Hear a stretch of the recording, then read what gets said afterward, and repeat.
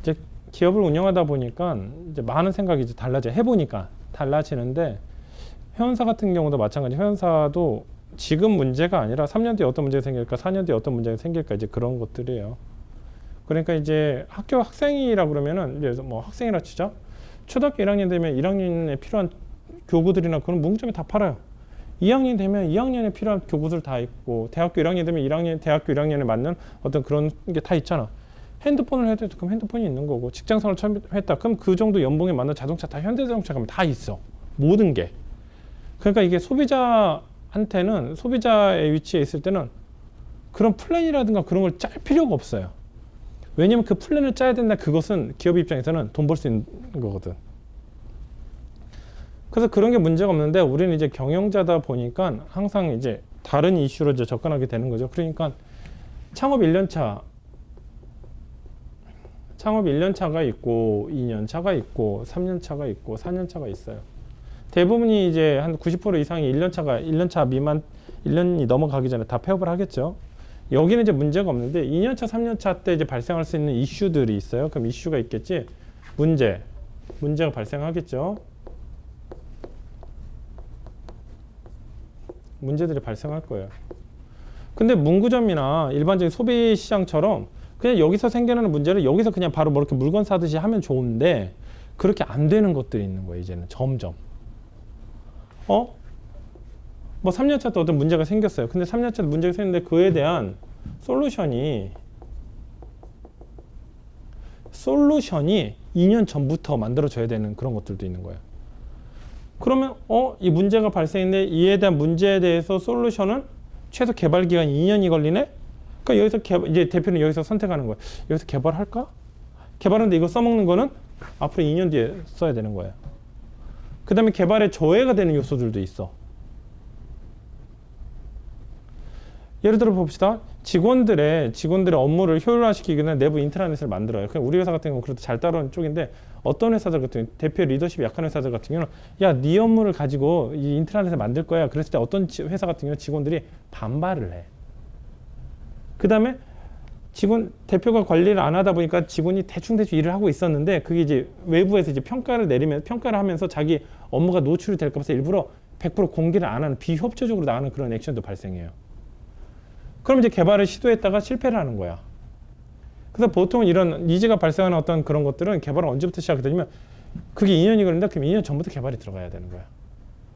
그러니까 대표가 이제 점점 어려워지는 게 뭐냐면, 3년 차가 됐다. 그럼 3년 차가 됐을 때 문제만 푸는 게 아니라, 3년 차가 됐다. 그러면 4년 차 때 문제가 발생할 거 예상을 해야 되고, 5년 차 때 발생할 수 있는 거 예상을 해야 되고, 6년 차 때 뭐가 발생할지를 예상을 해가지고 지금부터 그게 들어가야 되는 거야. 그래야지만 시행착오도 안 겪고 어떤 그 구성원들의 반발도 일으키지 않으면서 플랜도 안정적으로 하면서 돈도 아낄 수 있어요. 근데 그러니까 회사 경영이 어렵다고 나도 이제 계속 하면서 계속 어렵다고 하는 이유가 뭐냐면, 현재 오늘의 문제, 그러니까 올해의 문제를 푸는 거는 그다지 어렵지는 않은데, 뭐가 어렵냐면 3년 뒤, 4년 뒤, 내년에, 내후년에 써야 될 거를 지금부터 준비를 해놔야 되니까. 지금 아무리 징징거리고 뭐 이렇게 어떤 이슈가 생겨도 일단 그 문제는 그 문제인 거고, 앞으로 벌어질 이슈까지 고민을 해봐야 되는 거예요. 그러다 보니까 이제 경영이 어렵다는 생각을 해요. 그래서 여기서 이제 판가름이 나는 거야. 둘 중에 하나를 선택해야 돼. 내가 그러면 이거를 개발을 할까? 이때 개발했으면 비용이 적게 들겠지. 근데 이때 개발하면 비용이 더 들어가는 거야. 근데 또 이걸 개발하면 이걸 써먹으려고 그러면은 앞으로 2년 뒤에나 써먹을 수 있는데, 그때는 또 경기 상황이 어떻게 바뀌어질지도 몰라. 그러니까 대부분이 그런 선택을 해야 될 상황이 있으면 솔루션 개발하지 말고 회피로 들어가요. 회피 전략으로. 그러면 이제 경우가 어떻게 되지? 어떤 의사결정이 정도, 솔루션, 그러니까 직접적으로 문제를 해결할 수 있는 게 있음에도 불구하고 순간순간 계속 회피가 발생하는 거야. 대신 규모는 점점 어떻게 돼? 점점 커지겠지? 규모는 커지는데 회피할 수 이런 문제가 발생할 수 있는 이슈가 점점 해가 갈수록 커질까 작아질까? 계속 커져가겠지.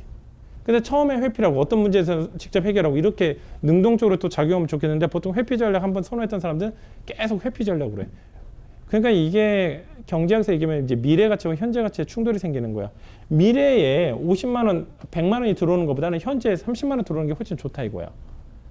그러니까 거시적인 안목을 갖는 사람들은 미래 가치를 더 이렇게 더 많이 좋게 보고, 그 다음에 거시적인 안목이 없는 사람은 현재 가치를 더 좋게 보는 거야. 불확실한 10억보다는 확실한 1억이 더 좋다 이거야.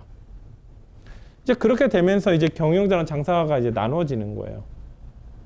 그래서 1년차 같은 경우는 매출을 어떻게 일으킬까? 어떻게 하면 순이익이 발생할까? 이제 이런 고민들이 거의 주였었어요. 그러니까 그걸 하기 위해서 최선을 해야 될 것들, 수출 신고, 세무 신고, 그다음 뭐 리스팅이라든가 상품 페이지라든가 매입 같은 거, 전자제품 주고받니, 이제 이런 쪽인데, 이제 2년차부터 얘기가 틀려지는 거예요. 이제부터는.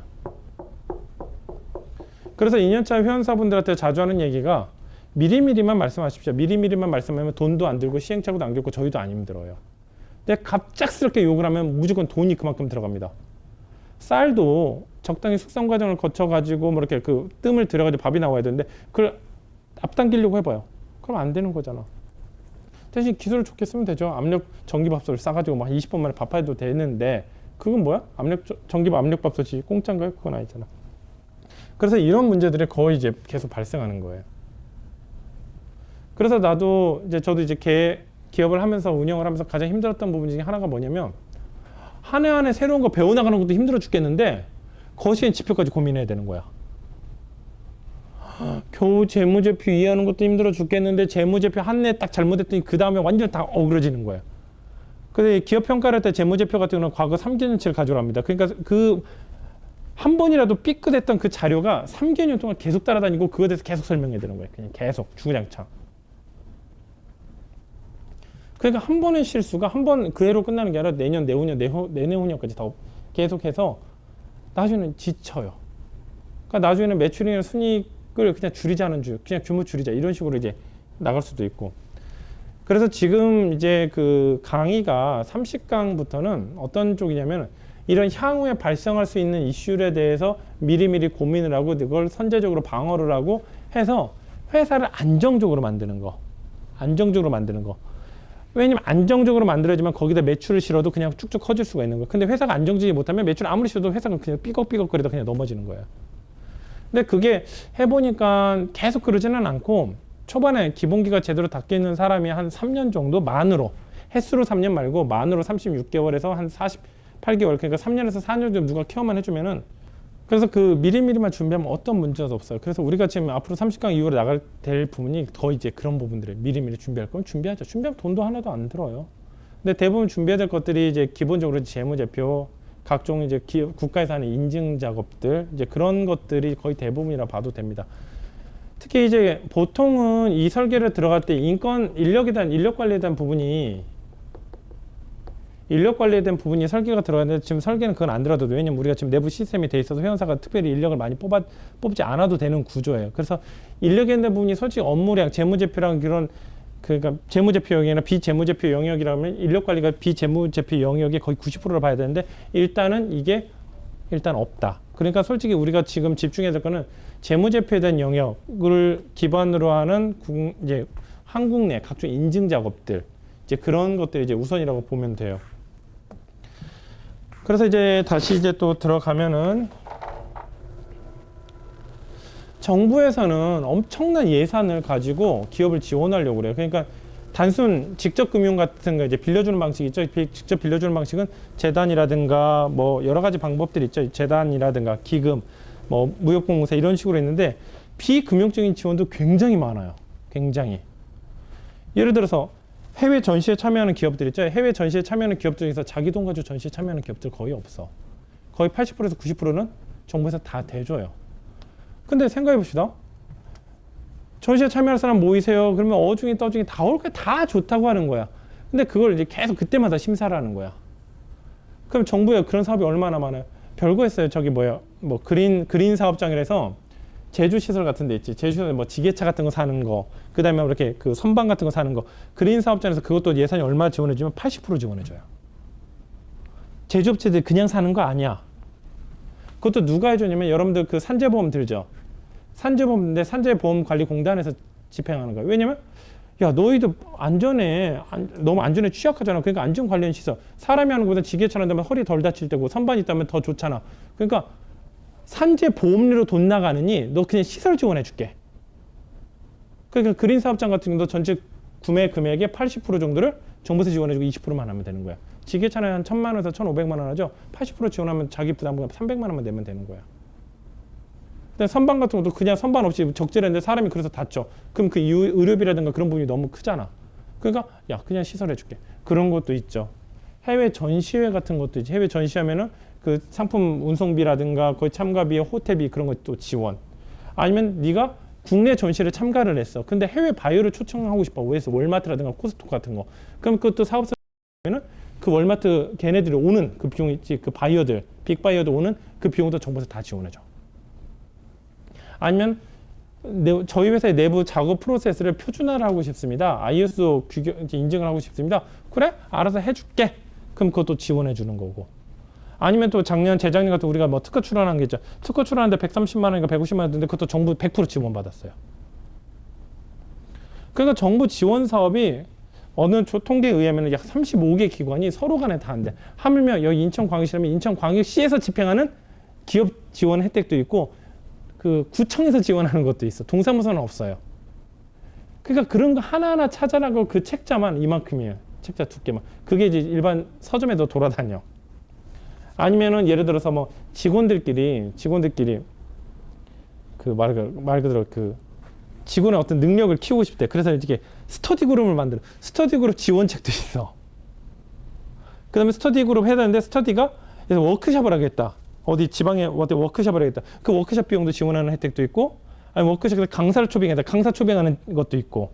그다음에 여러분들 대표적으로 아는 뭐 저희 재직자 환급 과정으로 나가는 그런 것도 있잖아. 재직자 환급 뭐 80% 해주고. 그런 혜택들이 너무 많아요. 너무 많아. 그러니까 그거는 거의 다 선착순이에요. 예산 14억 5천만 원, 뭐 이거 80 몇 억. 이러면 그거 먼저 찾아가는 사람이 장땡이야. 근데 생각해 봅시다. 당연히 공짜예요. 일반 재단이나 기금처럼 나중에 10년 안에 상환해도 이런 게 아니라 공짜야. 공짜니까 정말 전국에서 얼마나 많은 기업들이 오겠어요. 근데 기업들이 중견기업처럼 어느 정도 레벨이 되는 게 아니라 신생기업도 계속 지원할 거야. 신생기업은 뭘 몰라요.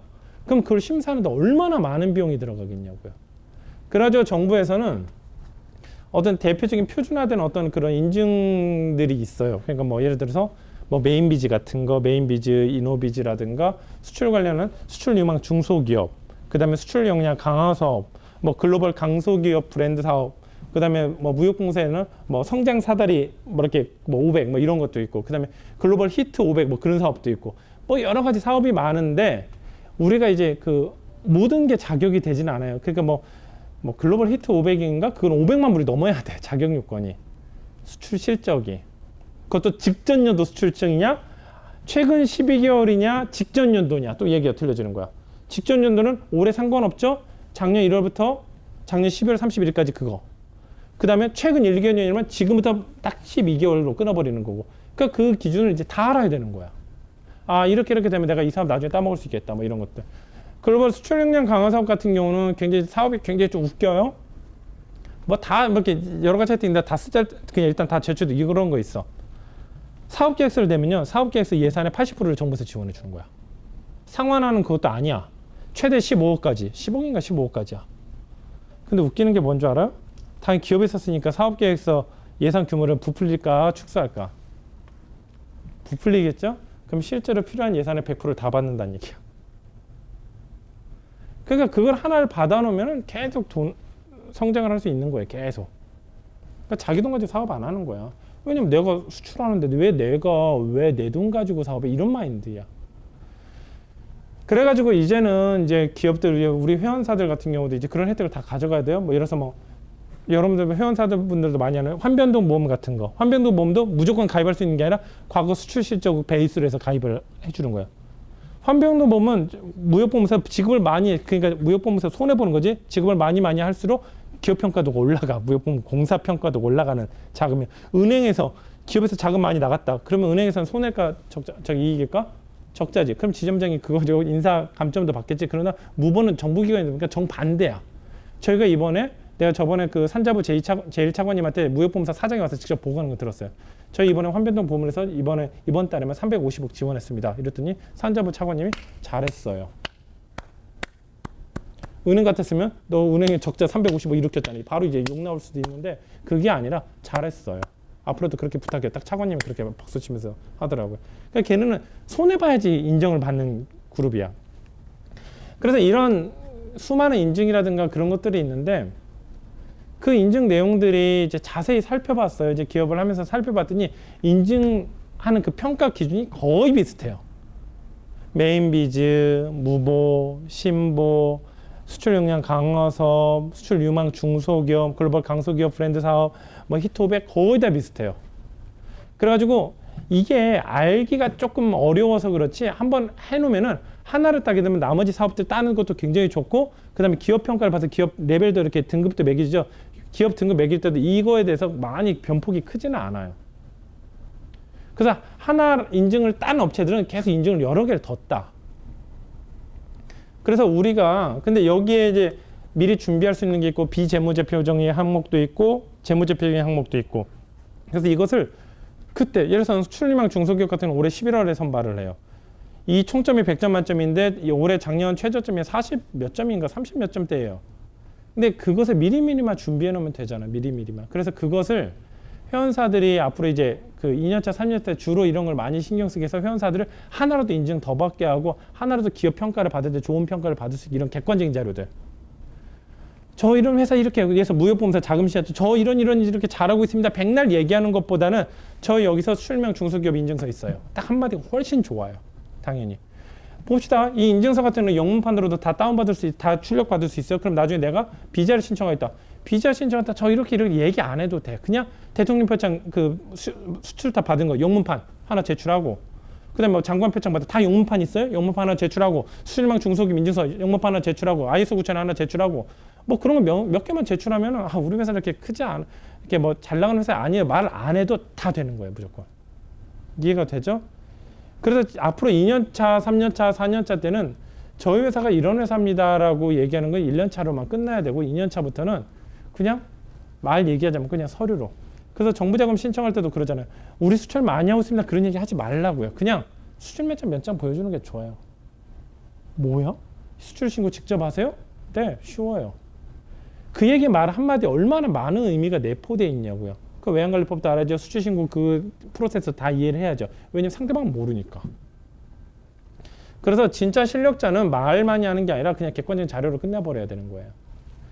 한번 봅시다. 이게 그 수출명 중소기업의 평가표인데 제조업이 있고 서비스업이 지금 두 개로 지금 부류가 나눠져 있어요. 그래서 특히 이제 기업에는 정부에서 볼 때는 두 가지 부류다. 하나는 제조업이냐 아니면 비제조업이냐. 비제조업은 그냥 서비스업으로 봐요. 그래서 지금 현재는 이제 서비스업, 우리는 서비스업으로 되니까 서비스의 평가표를 보겠습니다. 먼저 전체적인 페이지부터 한번 보여드릴게요. 이렇게 돼요. 평가표가 특히 이제 세 장으로 이루어져 있고 연구개발 비용, R&D에 대한 어떤 투자 비율 배점표도 되는데 이거는 첨부 파일입니다. 그러니까 우리가 나중에 재무제표라든가 나중에 이걸 평가를 받기 전에 오늘 뭐 20일 뒤에 수출명 중소기업 평가 실사단이 온다. 그러면 이걸 가지고 우리가 가평가를 미리 해볼 수가 있어요. 가평가를 해보고 작년 같은 경우는 저기 커트라인이 뭐 한 39점, 40점이다. 그럼 우리가 가평가해봐서 한 됐다. 작년에 저희도 수출명 중소기업이 선발이 됐는데 선발되기 전부터 우리는 선발될 거 알고 있었어. 왜 그러냐면 해봤더니 우리가 가평가를 해봤는데 69점인가 70점인가 나오더라고요. 그럼 100% 돼요. 봅시다. 이게 어떻게 준비해야 되는지를 할게요. 먼저 수출 실적 같은 경우는 지금 수출 실적 같은 경우는 2012년도 14년도 수출 실적 증명원 제출을 해야 되는 거죠. 그 다음에 무역협회, 관세무역개발원, 은행 발행분만 인정하며 관세무역개발원, 무역협회는 이제 직수출이고 그 다음에 은행 발행분은 간접수출 얘기하는 거예요. 구매확인서 되는 거고 간접수출은 구매확인서랑 로컬시나 은행 발행분 세 가지만 인정하겠다고 그러는데 로컬시는 보통 인정을 보통 안 해요. 왜냐면 로컬시는 수출 실적이 아니어도 로컬시가 발행할 수 있어요. 그냥 그건 나중에 좀 더 심도 있는 얘기니까 논의를 하고 은행 발행분 그러니까 요즘은 구매확인서가 사이트에서 발행하는 게 아니라 은행에서 발행을 해줘야 돼요. 그래서 지금 그렇게 되고 그래서 이걸 가지고 지금 보니까 어디 보자 2012년도에서 14년도 그러니까 지금 봅시다. 이거는 언제적 자료냐면 작년 하반기 자료에 지금 이거 잠깐만 몇 년도 자료야? 하반기 자료일걸? 2014년도 하반기 자료죠. 그러니까 지금 봅시다. 2014년도 하반기 평가 자료예요. 그러니까 이거는 수출 실적이 직전 연도예요? 아니면 과거 그냥 오늘부터 과거 자료예요? 오늘부터 과거 자료인 거예요. 만약 이게 14년도 하반기 평가하는데 여기 자료에 12년도에서 13년도 자료를 제출하라 써 있으면은 그 평가를 받는 그 해의 수출 지적은 의미가 있다 없다? 없다. 그런데 지금 여기 써 있는 거 보니까 아, 그 해에도 의미가 있구나. 그렇게 생각하는 거예요. 그래서 이걸 보고 5만 달러 미만은 6점. 그 다음에 10만 달러 이건데 좀 자세히 보면 좀 웃기는 게 뭐냐면 500만 달러 이상이 15점일 것 같은데 그러진 않아요. 현재 200만 달러 미만이 15점이 가장 높아요. 그러니까 100만 달러에서 200만 달러가 가장 높아요. 조금 아이러니해요. 그 다음에 전년도 수출액의 바로 전년도 그 해 말고 전년도 수출액 200만 불 이상이면 또 여기서 10점, 200만 불 미만이면은 수출 신장률 뭐 이렇게 해가지고 또 이렇게 되고 뭐 계산하는 식 나왔죠.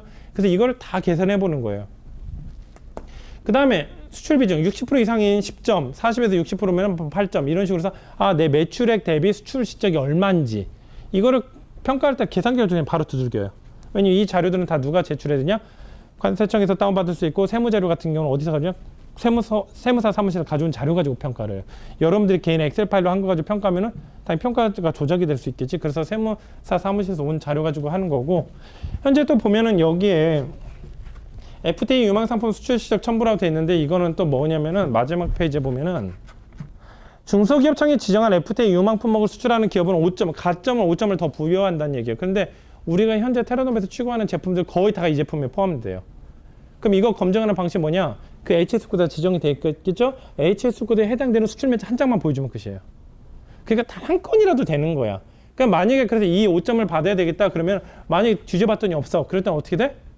극단적인 그냥 예라면 그 HS 코드 제품을 시중에서 하나 사서 그냥 팔아버려도 돼요. 그럼 바로 5점 올라가는 거잖아. 100점에서 5점이면 너무 큰 점수예요.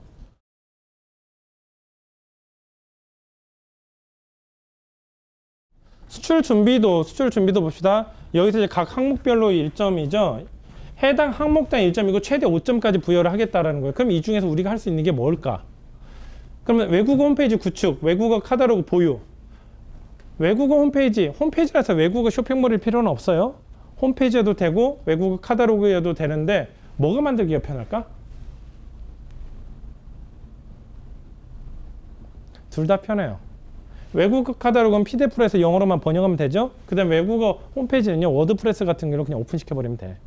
그분들은 뭐냐면 그 홈페이지의 내용이 얼마나 구체적인 그런 게 보는 게 아니라 URL 쳤을 때 엔터 쳤을 때 외국어로 된 홈페이지가 보이면 그냥 가점 1점 통과시켜주는 거예요. 해외 영업 전담부서가 별도 설치 운영이냐 아니냐 라고 하는데 이걸 평가하는 기준은 조직도 가지고 해요. 조직도. 근데 이제 회원사들은 이게 좀 안 되겠죠. 전담부서가 없겠지. 그래서 이거는 점수를 못 받고, 외국어 가능한 해외 영업 전담자를 보여. 그럼 이건 재직 증명이 돼 있어야 되는 거예요. 현재 고용보험이 내고 있어야 돼서 이것도 어려울 수도 있고, 신규 수출 개척을 위한 중기청 및 유관기관 코트라, 중진공 코트라, 무역협회 등 수출 지원 사업. 그러니까 수출 지원 사업 중에서 정말 짜잘한 것도 있어요. 예를 들어서 무역협회에서 수출 지원 사업 중에서 뭐냐면 통번역 센터도 있어요. 통번역 센터. 그러니까 수출 실적이 있으면은 무역협회에서 신청하면 통번역을 예산을 200만 원 한도에서 쓸 수 있는 게 있어. 그것도 무역협회에서 진행하는 수출 지원 사업 맞죠? 그럼 그거 한 번이 넣으면 이용 증명서 하나만 보여놔 달라고 그러면 여기서 1점 또 받는 거예요. 최근 1년 내 품목 특화된 뭐 광고 정보 실적 없겠지. 이건 거의 오프라인이 되니까 저희도 없겠죠. 온라인 마케팅, 교육 이수, B2C, B2B 사이트 등록. 이건 우리한테 해당이 되겠죠. B2C 사이트에 등록이 돼 있으니까 이것도 되고. FTA 활용 교육, 설명회, 컨설팅.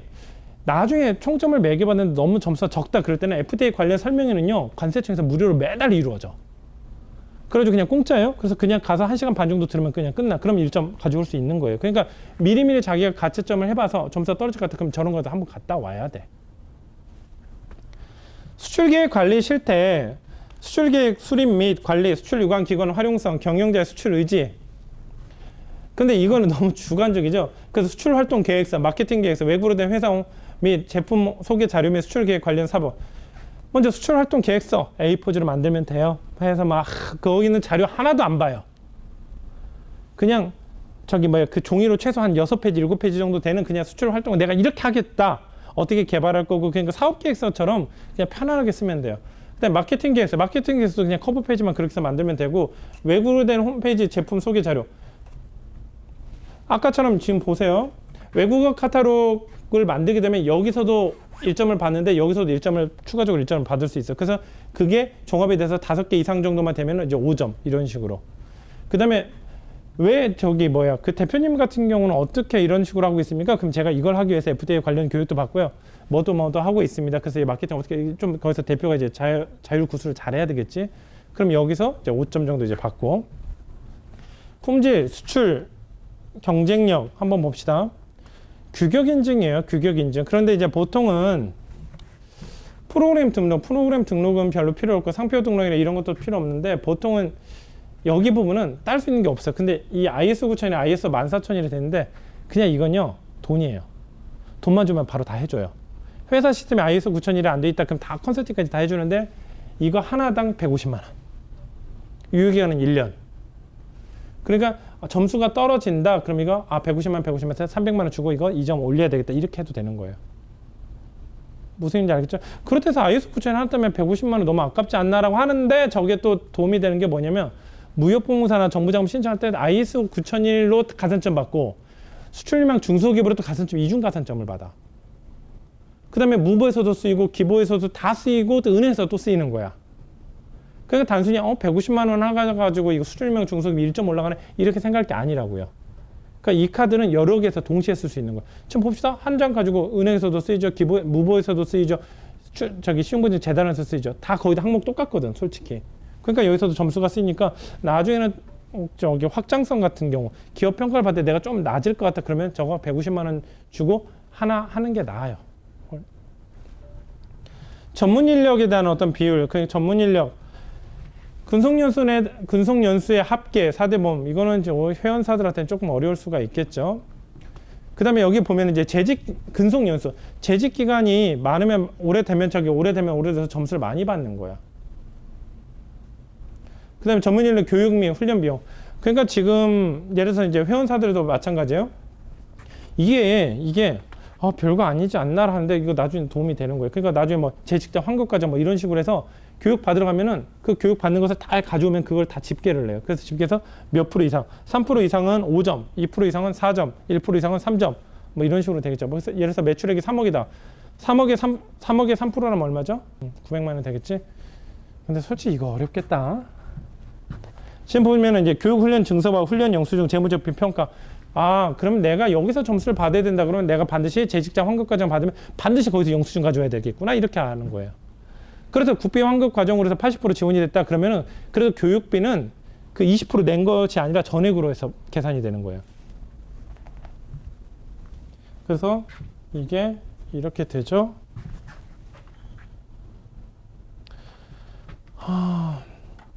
그러니까 지금 이제 고객정보 지식관리가 여기는 굉장히 주관적이에요.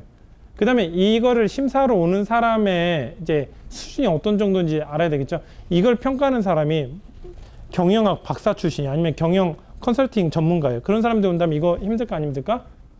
힘들겠지만 누가 오냐면 시청 공무원이 와요. 그냥 기업과 있는 공무원인데 보통 급수는 6급에서 7급 정도. 그 다음에 디테일한 기업에 대해서는 그건 필요 없어요. 왜냐면 이 사람의 전문성을 안 가져도 되는 게 뭐냐면 이 수출명 중소기업은 절대평가가 아니라 상대평가예요. 그냥 전국 커트라인 몇 명에서 그냥 뽑아버리는 거예요. 그러니까 이 사람이 이 업체는 A라는 직원이 가고 B 업체는 B라는 직원 이런 식으로 하면은 상대평가가 안 되겠지. 근데 모든 기업들이 한 사람이 가다 보니까 그 사람이 똑똑하냐 안 똑똑하냐 아무 관련이 없는 거예요. 왜냐면 똑같은 잣대로만 평가해버리면 그냥 상대평가를 해버리니까. 서비스 개발 또는 제공을 위한 고객 정보 보유 수준, 경영활동의 활용 정도. 이거 참 주관적이야. 그래서 이걸 어떻게 하고 있습니까? 그럼 서비스 개발 제공을 위한 고객 정보 수집을 하고 분석하고 활용 측면에서. 그래서 보통은 이런 건 어떻게 하냐면 우리 같은 경우는 어떻게 하냐면 현재 ERP 시스템이라든가 아니면 구글 애널라이틱스 있죠? 애널라이틱스 그 화면을 보여주면 안 되고 그걸 다 여기 나와 있는 건 다 그분이 증거 자료를 가져가요. 그러니까 화면은 안 봐요. 관심도 컴퓨터 켜지도 않아요. 다 스크린샷이에요. 그러니까 여러분들 계정으로 구글 애널리틱스 무료잖아요. 그러니까 여러분들 계정으로 만들어지는 구글 애널리틱스 통계 분석 페이지 같은 거 그런 걸 출력하면 이분들 너무 만족하는 거예요. 와, 사장님 이렇게 해외 마케팅 하는데 이렇게 통계 자료 같은 거 다 보면서 하세요? 네. 이제 그런 자료들, 그 다음에 해외 바이오 발굴은 어떻게 해서 이런 식으로 이렇게 하고 있습니다. 그런 객관적인 자료인데 영어로 되어 있는 것들이겠죠. 대부분 그분들 그 정도만 하면은 다 통과해요. 그래서 보통 그렇게 저희가 이제 이걸 다 가이드라인 잡아드릴 거예요. 그 다음에 ERP 같은 거 개발한 것도 사장님들이 이때쯤 하게 되면 사장님이 들어서는 별도 페이지를 우리가 만들어 드릴 거예요. 그럼 사장님 로그인해서 그 페이지만 스크린샷 찍어서 제출만 하면 되는 거예요. 그럼 거기서 되는구나. 그러면 보통 5점에서 4점 정도 받지 않을까? 4점 정도 받지 않을까? 서비스의 차별성. 기존 서비스에 비해서 독창성, 동사의 서비스가 모방, 용이성, 가격 경쟁력, 납기 준수 등 서비스 차별성이 있는가? 굉장히 주관적이에요. 주관적. 그러니까 이거는 어떤 기준으로 만들면 되냐면 평가하는 사람이 야 사장님 대단하신데 이걸 어떻게 다 하셨어요? 정도 얘기 나오면은 점수 좋은 점수 맞는구나 생각하시면 돼요. 너무 주관적이지. 이제 여기서부터는 이제 어려워지는 거예요. 올해 법인 설립을 했다고 합시다. 지금 이거 2014년도 하반기였죠? 2014년도 하반기에 평가를 받으니까 2014년도 재무제표는 있을까요? 없을까요? 없어요. 그러다 보니까 이제 부채 비율 같은 경우, 그러니까 창업 첫 해 같은 경우는 여기서 점수 다 깎이는 거예요. 이거 평가할 수가 없잖아요, 다. 그래서 이제 부채 비율 같은 경우는 80% 미만 5점, 85에서 100% 4점, 100에서 130% 3점, 130% 이상 2점, 신생기업 2점, 유동 비율. 그래서 이 가결산 할 때 그 기업 평가표 있죠? 기업 우리 그 자료 없지 현재 여기는. 그 기업 저희 회사도 계속 평가를 그 엑셀로 만들어진 함수 수식이 있어요. 그걸 딱 쳐보면은 다 나와. 그러니까 기본 재무제표, 재무상태표랑 손익계산서 넣으면은 이 퍼센트가 탁탁탁 다 나와요. 그래서 김초롱 대리가 11월 달에 가결산 우리랑 같이 하잖아요. 회원사들 할 때 우리가 이걸 다 돌려볼 거예요. 그럼 사장님, 이렇게 현재 가결산하면요. 이 비율에서는 5점을 맞추는데 이 비율에서는 약간 떨어져요. 그러니까 이 비율은 너무 5점 기준이 현재 우리가 너무 상회하니까 이걸 약간 낮추고 이쪽을 약간 높이죠. 이렇게 해서 이쪽을 고르게 만점을 받는 게 최우선이에요. 지금 보면은 매출액 영업이익률 같은 경우도 이렇게 보는 거예요. 9% 이상 몇 점? 5점이요, 5점. 보통 은행 같은 데서 이제 기업 평가를 할 때 가장 우량 등급이다 보면 보통 7등급, 7% 이상이면 좋다고 보는데 정부에서는 조금 더 까다롭게 보는 거예요. 그럼 9%. 그럼 여기서 봅시다. 모든 기관에서 내 기업에 대한 평가를 받을 때 만점을 받고 싶다. 그럼 몇 프로라는 게 가장 좋다? 9%가 가장 좋아요. 근데 이제 7%에서 9% 해봤자 세금 차이는 얼마 안 되니까 규모가 작을 때는 9% 이상 유지시켜주는 게 좋지 않을까 라고 하면 되고, 그 다음에 이제 봅시다. 수출지원센터장이 별도 기준을 정하여 결정해서 수출지원센터라는 조직이 있어요. 중소기업들이. 그래서 네이버에서 지원센터 이렇게 검색하면 나옵니다. 뭐 이렇게 되면 농공상, 융합형 중소기업 이건 안 되겠지. 그 다음에 관련 포상. 근데 이제 이 가산 이 포상이 이제 점수 어마어마하게 차지하는 거예요. 근데 이 포상 같은 경우는 다 있어요. 중소기업청 표창도 마찬가지고 장관 표창 그게 다 점수를 매겨줘요. 그러니까 그게 장관 표창 준 거야 왜 사업부 시계밖에 안 돼? 이게 아니라 그게 다 점수구나. 그다음에 이노비즈 벤처기업, 경영신협기업, 일자리 나누기 이렇게 되는데 우리 서비스업 같은 경우에 인증서를 받을 수 있는 거는 메인비즈는 창업하고 나서 24개월. 그 다음에 저번에 또 뭐였지? 포괄형 수당 어떻게 된다고 했죠? 된다고 했었죠? 개인 사업자가 하다가 포괄형 수당이면 업력이 그대로 이어가서 메인비즈가 24개월 충족되는데 포괄형 수당 하지 않으면 업력이 끊어져요. 그래서 메인비즈에서 다시 24개월 세팅이 다시 리셋이 돼요. 그래서 포괄형 수술을 할지 개인 신규 설립할 때는 항상 여러 가지 고민을 합니다. 근데 개인 사업자 재무제표가 워낙 엉망이다. 그래서 어떻게? 안 되는 거예요. 개인 신규로 하는 게 나아요. 그래서 이노비즈는 제조업이니까 우리하고 관련하고 벤처기업 같은 경우는 보통은 이제 우리하고도 상관이 없어요. 벤처기업은 상관이 없고 경영혁신기업 그게 메인비즈 일자리 나누기 그것도 좀 상관없고요. 그 다음에 중소기업 지정할 기업 수출기업 5점. 그 다음에 여기에 이제 그 외에 이제 그 별도 인천 같은 경우는 수출 경영자 협의회라는 데 가입하면은 5점을 또 줘요. 수출 경영자 협의회 그냥 지역가들이 모여가지고 그냥 이렇게 서로 이렇게 상주 같은 거 하고 막 이런 그게 뭐 같이 모여서 이렇게 등반 대회도 하고 알죠? 그런 커뮤니티 활동을 하는데 회비가 35만 원이에요. 그러니까 어떻게 우리 회사는 어떻게 하겠어? 그 커뮤니티는 참석도 안 해요 아예. 저번에 2년 동안 끝까지 안 갔어. 근데 한 번 갔어. 왜 가냐면 12월달에 생긴다고 해가지고 뭐 인천시 무슨 소상공인 지원 지능센터가 뭐 센터님이 상주돼서 그때 한번 가고 한다고 했어. 그러니까 결국엔 뭐냐면 아, 35만 원 쓰면 5점 주는구나. 그럼 컨트라인이 왔다 갔다 한다 그럴 때 35만 원 주고 그냥 가입하는 거 훨씬 낫겠죠. 아까 IS 9000이 150만 원 들여서 1.5는 거보다 35만 원 들여서 5.5는 훨씬 낫지. 그런 식으로 해가지고 이걸 점수를 만드는 거예요. 그럼 이걸 가지고 옛날에 강의 때 한번 살짝 얘기했었어요. 그럼 이걸 가지고 이제 하반기 혜택이 어떻게 되냐? 중소기업청 같은 경우는 지금 수출 역량 강화 사업이라는 사업이 있는데 이제 회원사들이 내년 2월달에 다 신청을 할 거예요, 반드시. 수출 역량 강화 사업 2월달에 신청하고 수출 역량 유망 중소기업은 11월달에 합니다. 그래서 11월달에 이게 선발이 되면 12월달에 발표가 돼서 인증서가 나오죠. 그럼 2월달에 수출 역량 강화 사업에 가산점을 주는 정도가 아니라 별도로 수출 역량 중소기업만 우선적으로 뽑게. 그러니까 거기는 뭐 가산점에서 이제 또 경쟁을 해야 되는 게 우선 선발. 그리고 서울 글로벌 강소기업 사업 지원 대상자 100점, 2.9요. 봐봐요. 100점, 1점, 100점, 2점. 이게 별거 아닌 것 같은데 결국엔 커트라인이 99점, 98점 왔다 갔다 하는 게 아니라 커트라인이 뭐 60점, 40점, 50점대 왔거든요. 그러니까 2점은 엄청 큰 거지. 뭐 규격 인증, IS 9000은 해외 규격 인증 같은 거 할 때 2점, 아니면 뭐 구청에서 하는 것도 그것도 무료로 할 수 있고 이런 거 병역 국내 지정업체 뭐 이런 거 있죠. 그게 중소기업청에 하는 방위사업청. 이 자료는 강의자를 업로드할 때 이 첨부까지 두개 같이 될 거예요. 그래서 경상북도 같은 경우도 있고 이건 매 해마다 달라져요. 매 해마다. 그러니까 항상 평가받을 때 이런 걸 사용할 수 있고요. 지능공단. 수출 인큐베이터 사업 입주 신청 시에 가점 5점 있네. 그러니까 중소기업청에서 운영하는 이 사무실이 있어요. 거기 들어갈 때도 이렇게 쓰일 수 있는 거예요. 해외 민간 넷워크 활용 사업, 그건 별로 혜택이 있고 수출 신용 보증, 선적단 선적금, 보증한도 7.5대, 보증 20% 할인. 예를 들어서 5천만 원 받으면 한 100만 원 되나요? 근데 20% 할인해서 20만 원도 되죠? 그 다음에 보증 시에서 한 80%도 지원해주면 결국에 보증이 하나도 안 돼요. 보증 책정 5대, 당연히 이대제는 것도 상당하겠죠? 뭐 보증도 쭉쭉쭉쭉쭉 결국에는 자금 더 지원해주겠다. 또 그거 가지고 해외 전시회 박람회 참가 업체 선정식 우대.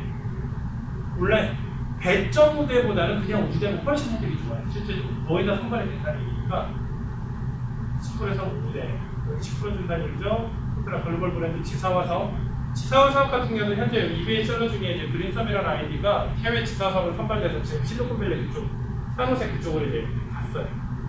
얼마나 좋아요? 해외 지사화 사업 선발이 되잖아요. 그럼 사무실에 다 정보세 지원해줘. 그 다음에 공동회의실도 공동물리센터 다 이용할 수 있고 한 달 이용료가 20만 원, 30만 원밖에 안 돼.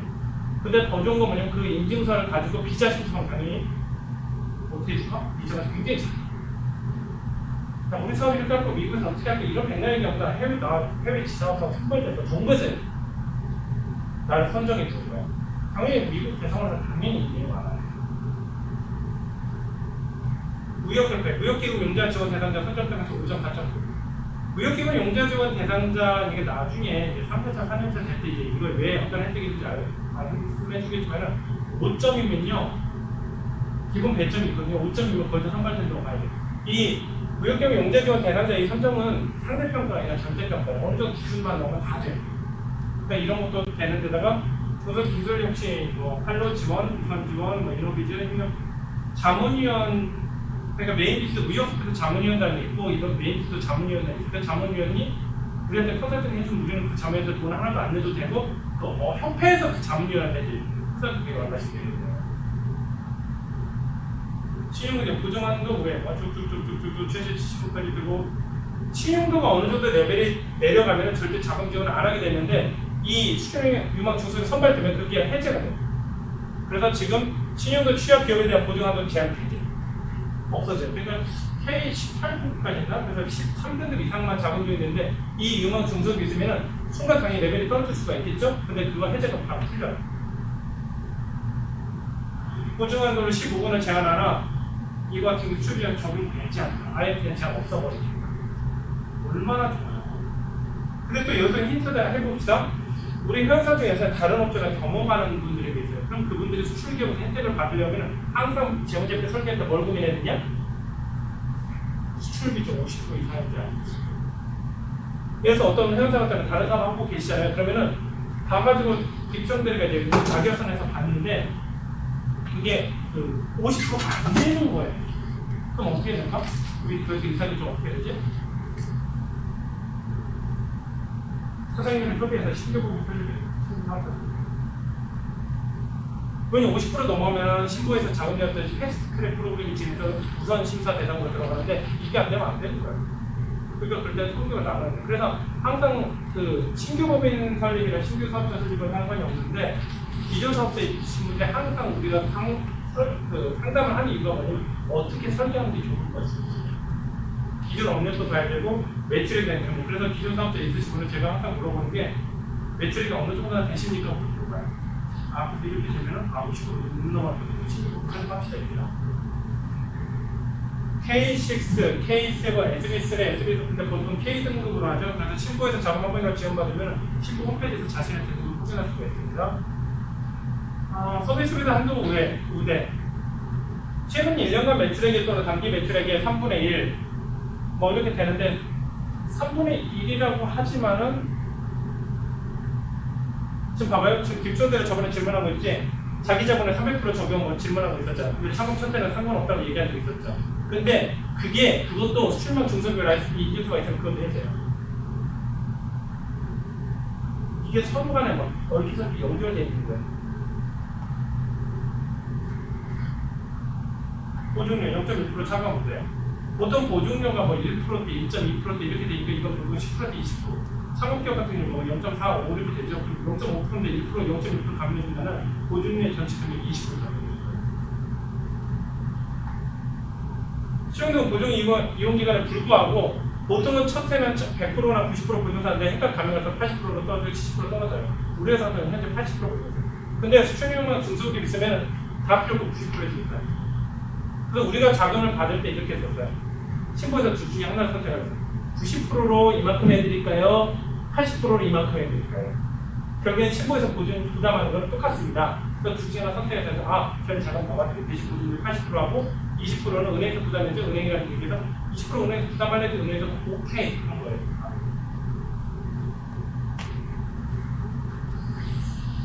기술보증기금 같은 경우는 이쪽하고 관련이 없어요. 우리 쪽하고 관련이 없고 이것도 잘 찾아보면 되겠죠.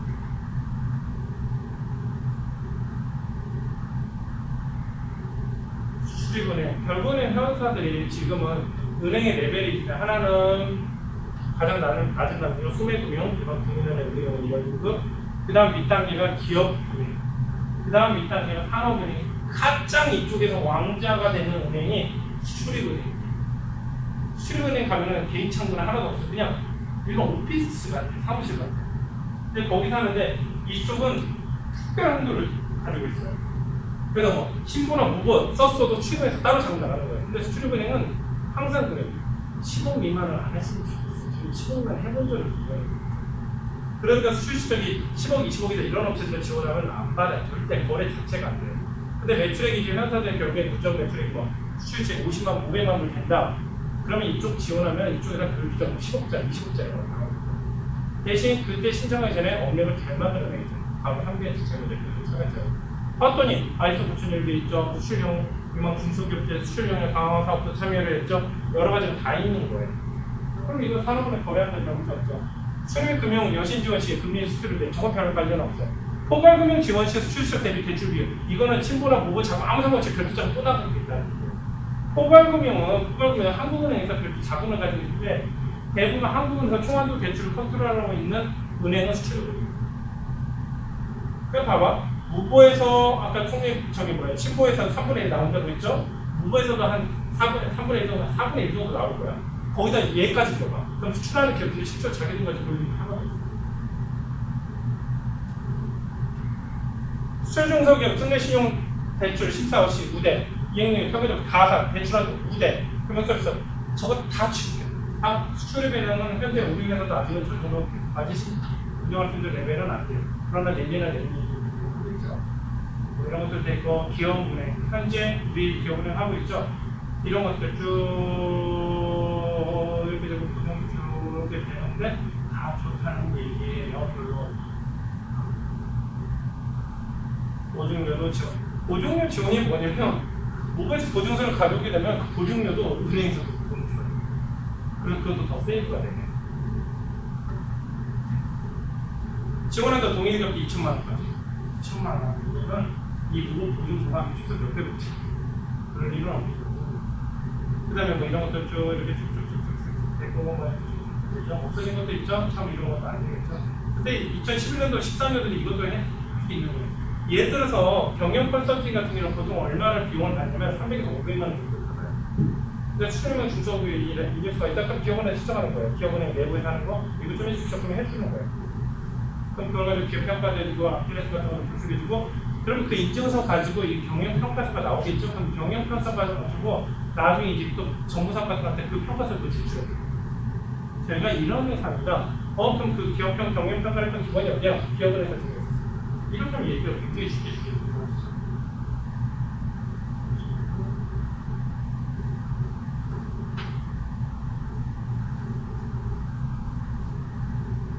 국민은행, 수출과 쭉 되는데 현재는 우리 국민은행 안 하고 있으니까 상관없고 농협중앙회 환전수수 50%, 별로 혜택 없죠. 현재 기업은행 우리가 80% 받고 있으니까 별로 상관없고 신한은행 이거는 솔직히 그냥 80%이고 별로 상관없고 시스은행, 외환은행, 우리은행, 하나은행, 사람은행, 하나은행 이런 거 있는데 솔직히 여기 있는 리스트 말고 혜택은 훨씬 많다. 그래서 우리가 지금 앞으로 하는 것들이 솔직히 상품 얼마 남는지 수익이 얼마 남는지 그런 게 아니라 이런 객관적인 자료지 남들 상자가 봐도 무조건 아까처럼 해외 지사사업 따야 돼. 이제는 호텔에서 지나가는 거예요. 해외 지사사업은 원래는 중소기업청에서 해외에다 건물 지어놓고 거기 민사무실 들어오라고 거기 이제 자문위원도 근무하고 거기 담당 직원들도 서포트 하는데 뭐 예를 들어서 뭐 뉴욕 지사 같은 데는 항상 많지 빈자리가 거의 없어요. 근데 워싱턴 지사 같은 데는 비어 있어요. 그럼 또 어떻게 해요? 해외 법인 설립하고서 거기다가 알바를 하나 거기다 비치시켜놔도 된다니. 그럼 우리가 보통 이제 28강인가 7강에 강의할 때는 한 달 임대료만 해도 엄청 비싸다고 얘기를 했었잖아요. 뭐 1000불, 1200불 그렇게 되는데 그분보다 200~300% 다운이 돼요. 일단 비자 설립할 때 너무 좋은 거예요. 왜냐면 비자 신청을 할 때 페이퍼 컴퍼니들이 많으니까 그걸 검증해서 계속 계산할 수 있겠죠? 근데 그게 아니라 나 그냥 정부에서 선발된 거야. 지사가 선발됐어. 그럼 거기서 그냥 바로 인증서가 나오는 거야. 그러니까 심사기간도 다 주게 되고. 그러면서 어떤 것들은 미리미리 준비될 내용들이 있고 어떤 거는 그 상황에서 준비될 내용들이 있고 그래서 차근차근 준비를 해요. 그래서 그에 대한 첫 시작이 이번 11월 달에 가결사이고 수출형 중소기업은 현재 우리가 올해 시점 14년도 재무제표가 없는 기업들이 많기 때문에 재무제표 항목은 다 빵점이에요. 빵점이긴 한데 해보려고 너무 좋아요.